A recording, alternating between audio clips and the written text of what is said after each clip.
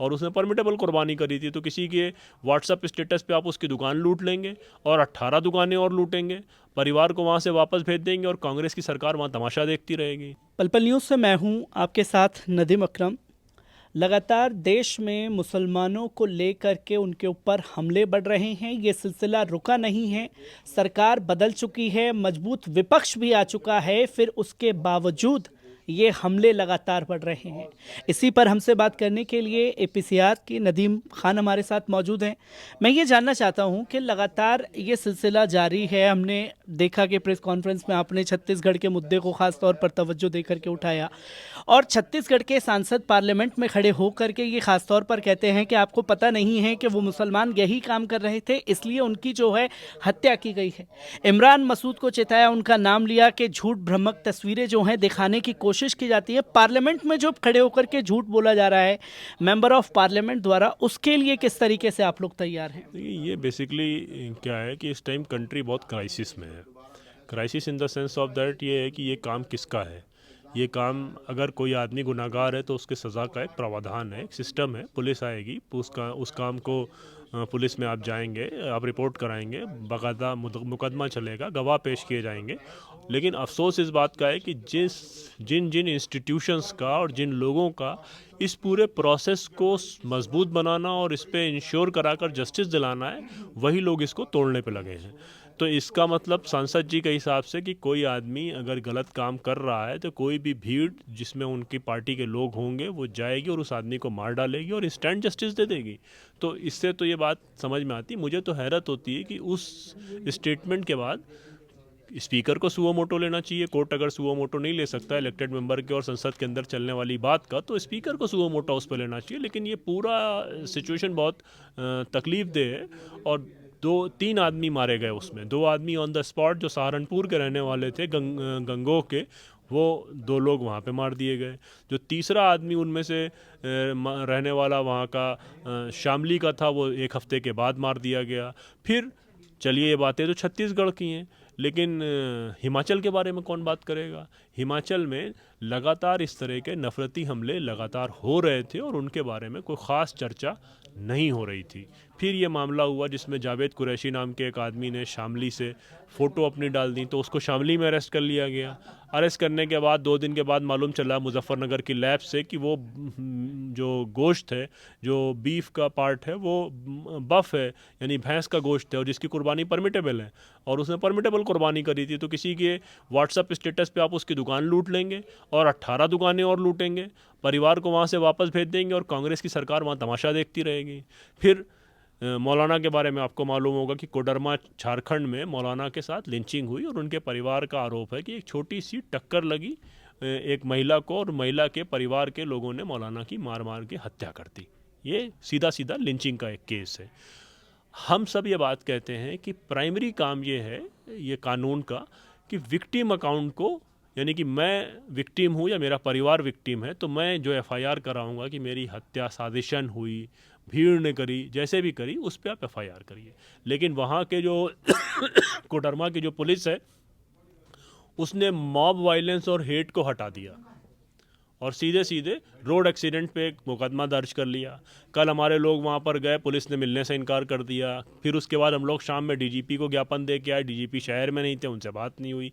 आज हम लोग एडीजी लॉ से मिलने की कोशिश करेंगे, अगर नहीं होगा तो कोर्ट जाएंगे। लेकिन वहाँ पर जहाँ पर सरकारें भाजपा की नहीं हैं और मारने वाले भाजपा ही हैं, वहाँ पर अगर इस तरीके का मामला हो रहा है तो ये अपने आप में बहुत शर्मिंदा करने वाला है। और उसके साथ साथ लखनऊ में अकबर नगर में मुसलमानों के मकान तोड़े गए। लगातार एक 40 साल पुरानी आबादी को एक कोर्ट के डॉक्यूमेंट के बेसिस पर पूरा तोड़ दिया गया। मध्य प्रदेश में मांडला में मुसलमानों पर बुलडोज़र चलाए गए, सिवनी में बुलडोज़र चलाए गए, उज्जैन में बुलडोज़र चलाए गए और जावरा रतलाम में बुलडोज़र चलाए गए। जावरा में हम खुद कोर्ट गए थे, 12:30 बजे हमें ऑर्डर आ गया। ऑर्डर लेकर जब तक हम लोग पहुँचे हैं तब तक पुलिस ने काम कर दिया था। जब तक फैमिली ये बार बार कहती रही कि जॉइंट फैमिली सेटअप का ये घर है, 8 परिवार इसमें रहते हैं, इसको मत तोड़िए, हमारा स्टे मिल गया है, वकील साहब भेज रहे हैं, लेकिन एक आधे घंटे में बुलडोज़र के ज़रिए मकान तोड़ दिया गया। तो ये बात समझ से बाहर है कि ये पुलिस और बाकी सिस्टम जस्टिस को एश्योर कराने वाले यानी कि न्याय को सुनिश्चित करने वाले हैं, बल्कि या फिर जो है वो न्याय को ख़त्म करने वाले और पूरा एक इस्टेब्लिशमेंट है जुडिशियल सेटअप का, उसको ख़त्म करने वाले हैं। इसमें बहुत ज़्यादा डिसअपॉइंटमेंट और निराशा कोर्ट से भी है। इतने ज़्यादा जज बुलडोज़र के मामले होने के बाद कि मकान परवीन फातिमा का होगा, अब नोटिस जावेद मोहम्मद के नाम आएगा और मकान तोड़ दिया जाएगा, अब तक कोर्ट को सुओ मोटो लेकर सुप्रीम कोर्ट को कोई स्ट्रॉन्ग डायरेक्शन बुलडोज़र के मामले में देना चाहिए, लेकिन अभी तक वो मामला कोई डायरेक्शन सुप्रीम कोर्ट की तरफ से बुलडोज़र जस्टिस के खिलाफ नहीं आया है। क्योंकि नदीम जी, हम लगातार ये देख रहे हैं कि 2018 में भी सुप्रीम कोर्ट ने खास तौर पर ये मैसेज दिया था कि लिंचिंग को लेकर के केंद्र सरकार को एक बड़ा कानून जो है वो बनाना चाहिए, पर कोई कानून आज तक नहीं बन पाया है। विपक्ष पहले कमज़ोर था, विपक्ष अब मजबूत है। वो विपक्ष मौजूद है जो लफ्ज़ मुसलमान इस्तेमाल नहीं करना चाहता, वो सिर्फ अल्पसंख्यक कह करके अपनी बात को टाल देता है। तो कैसे उम्मीद की जा सकती है? और हमने लगातार ऐसे केसेस में देखा है कि ज़मीनी स्तर पर जब कार्रवाई होती है तो FIR में पहले सबसे बड़ा खेल कर दिया जाता है और केस को कमज़ोर बनाया जाता है। तो कैसी तैयारी रहेगी? देखिए, ऐसा है कि जो लिंचिंग का कानून था उसमें एक जजमेंट तहसीन पूनावाला केस में गाइडलाइंस आई थी कि ये गाइडलाइन स्टेट फॉलो करें, लेकिन उन गाइडलाइंस के इम्प्लीमेंटेशन के लिए कोई भी डायरेक्शन सुप्रीम कोर्ट की तरफ से नहीं आया था। अब मसला क्या है कि कोर्ट को ये बात समझनी चाहिए थी कि असल कल्प्रिट यानी कि असल मुजरिम कौन है। असल मुजरिम तो स्टेट पुलिस है। अब स्टेट पुलिस अगर समझदार होती या स्टेट पुलिस को कार्रवाई करनी होती तो वो IPC के तहत ही कर लेती, स्पेशल कानून बनाने की क्या ज़रूरत थी। तो इस पूरे कानून में कोई बाउंडेशन नहीं है स्टेट पुलिस के लिए कि वो किस प्रोसेस को फॉलो करे। एक गाइडलाइन है, जब आदमी की एक लिंचिंग हो जाती है, एक केस हो जाता है, तो हम जैसे लोग कोर्ट जाते हैं कि वो प्रोसेस फॉलो हुआ है कि नहीं हुआ, तो सारी चीज़ें मरने के बाद हैं। लेकिन इनिशियली लिंचिंग को रोकने के लिए कोई स्ट्रॉन्ग डायरेक्शन देना चाहिए था सुप्रीम कोर्ट ने। वो डायरेक्शन देने के बाद यानी गाइडलाइन देने के बाद उसके इम्प्लीमेंटेशन को स्टेट्स के ऊपर छोड़ दिया है, जो अपने आप में एक प्रॉब्लमेटिक इशू है। क्योंकि हमने लगातार ये देखा कि लिंचिंग के केसेस को लेकर के बात चल रही है। हम लगातार देख रहे हैं, आपने तमाम राज्यों का जिक्र किया, पर दिल्ली का कहीं ना कहीं जिक्र नहीं था, जहां मुसलसल मस्जिदों को टारगेट किया जा रहा है। बवाना की मस्जिद को शहीद किया गया, मंगोलपुरी की मस्जिद को टारगेट किया गया, और उसी इलाके में तकरीबन 7 से 8 मस्जिद ऐसी हैं जिन्हें एक शख्स वीडियो बनाता है, कहता है कि मैं इस तारीख को बुलडोज़र लेकर के आऊँगा, और प्रशासन उसके साथ जाता है, बुलडोज़र चला करके मस्जिदों को शहीद करने का सिलसिला जारी है। तो ऐसे में इन चीज़ों के लिए APCR किस तरीके से काम करने? देखिए, ये हम लोग एक सिविल राइट और ह्यूमन राइट बॉडी हैं, तो हमारा फोकस इंडिविजुअल्स के ह्यूमन राइट वायलेशन और सिविल राइट्स पे होता है। मस्जिदों के मसले में दूसरी टीमें काम कर रही हैं, हम उनके लगातार संपर्क और कोऑर्डिनेशन में हैं। उनमें बहुत सारे सिविल मैटर्स में हम लोग का इंगेजमेंट सिविल मैटर्स में कम होता है, और सिविल के मैटर्स में असल डॉक्यूमेंटेशन का मसला होता है, जिसका ये फ़ायदा ये लोग उठाते हैं और ये पहले कमेटी के ज़रिए कुछ ना कुछ करने की कोशिश करते हैं। बहरहाल उसको बहुत अच्छी तरीके से कोर्ट में हमारे दोस्त देख रहे हैं, और वो अपडेट्स आपको मिल रहे होंगे लगातार।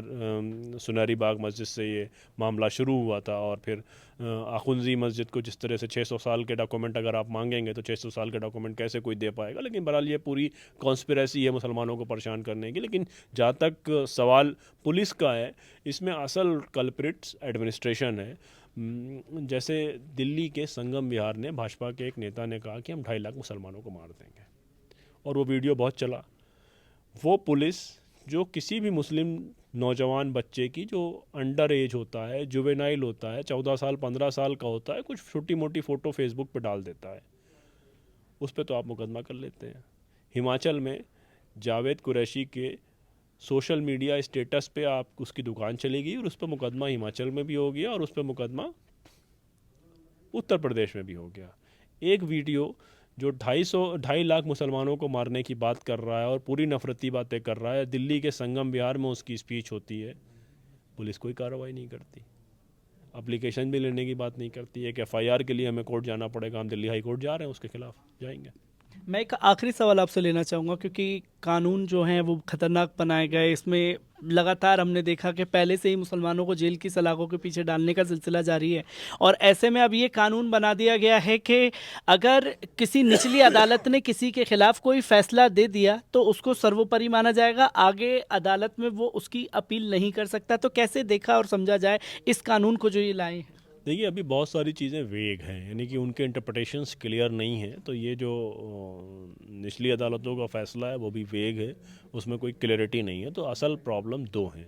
एक तो ये कि जो कानून बनाया गया ये बहुत वेग है, यानी कि इसमें बहुत ज़्यादा क्लियरिटी नहीं है। अब उसमें ये क्लियरिटी नहीं है कि डिफरेंट जांच एजेंसियां के अलग अलग मामलों को अगर करेंगी तो कौन किसको रिपोर्ट करेगा, एक करेगा कि दो करेगा कि सब करेंगे, एक ही एफआईआर में अलग अलग मामले हैं तो मर्ज होकर सुने जाएंगे कि अलग अलग सुने जाएंगे, तो ये बहुत कंफ्यूजिंग है। पहला प्रॉब्लम उसके कन्फ्यूजन का है।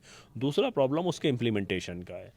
जैसे दो चीज़ें बहुत क्लियर थी कि आरोपी और अपराधी, आईपीसी ये बात करती थी कि आरोपी का मामला अलग है, यानी कि जिसके साथ में अभी क्लियरिटी नहीं हुई है, और अपराधी का मामला अलग है। इस कानून ने आरोपी को ही अपराधी बना दिया, जिसकी शुरुआत हथकड़ी लगाने से होगी, जिसकी शुरुआत डिटेंशन से होगी। यानी कि मैं अगर पुलिस ने मुझे उठा लिया, हम लोग पुलिस राज क्यों कहते हैं, पुलिस ने उठा लिया, अब पुलिस को 24 घंटे के अंदर मजिस्ट्रेट के पास लेकर जाना है, लेकिन पुलिस मजिस्ट्रेट के पास ले आने के लिए नए कानून में बाउंड नहीं है 24 घंटे के अंदर।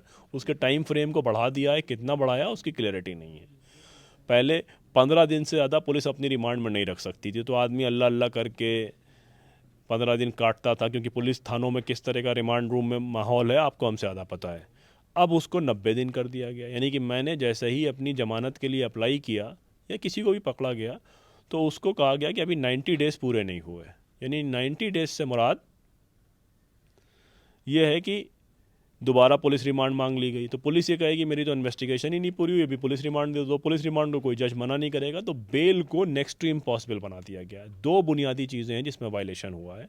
पहले कानून ये कहता था bail is a rule and a jail is exception, अभी कह दिया गया है jail is a rule, bail is exceptions. दूसरा ये कहा गया था you are innocent until proven guilty, अब कहा जा रहा है you are guilty until proven innocent. तो ये बुनियादी चीज़ें जो थी वो बिल्कुल बदल दी गई हैं, और इस कानून से पुलिस को इतनी पावर दे दी गई है कि, और जिसके पीछे हम लोगों को इसका पॉलिटिकल एंगल भी लग रहा है। जिस तरह शाहीन बाग का आंदोलन हुआ, जिस तरह से किसानों का आंदोलन हुआ, जिस तरह छात्र आंदोलन कर रहे हैं, इन आंदोलन को पीपल्स वॉइस को क्रश करने के लिए ये सारे कानून लाए गए हैं, जो किसी पुलिस को इतनी पावर देते हैं कि वो जिसको चाहे उसको इम्प्लीकेट कर सके।